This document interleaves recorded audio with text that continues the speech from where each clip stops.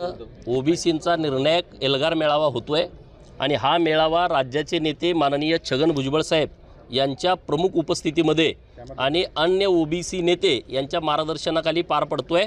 तर महाराष्ट्रामध्ये आता ओबीसी सगळा एकवटतोय, एका ठिकाणी येतोय, तर निश्चितपणे यातून काहीतरी ओबीसींच्या हिताच्या गोष्टी घडतील असा आम्हाला एक विश्वास आहे। पंकजा मुंडे, धनंजय मुंडे येतील का, काय सांगितलं तुम्हाला? आता बघूया ना, थांबा ना थोडा वेळ।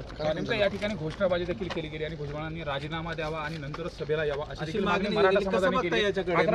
हे केलं गेलं, कसं पाहताय? अरे भुजबळ तुमचा बाप आहे, उगाच आता काय घोषणा देऊन काय होणार आहे? जाळपोळीच्या घटना बीडमध्ये घडल्या होत्या, त्यानंतरची ही सभा होते, त्या गोष्टीचा मी निषेध करतो। राज्यानं हे सगळं बघितली परिस्थिती की तुम्ही आमदारांची घरं जाळता। महाराष्ट्रातला सगळा ओबीसी त्या प्रकरणापासून भयभीत झाला की बाबांनो, जर तुम्ही आमदारांची घरं जाळणार असाल आणि महाराष्ट्रामध्ये छोटा छोटा समाज ओबीसीमध्ये आहे, मायनर ओबीसी आहे, भटक्या विमुक्तांची संख्या मोठी आहे, तर त्यांच्या मनामध्ये एक भीतीचं वातावरण तयार झालं।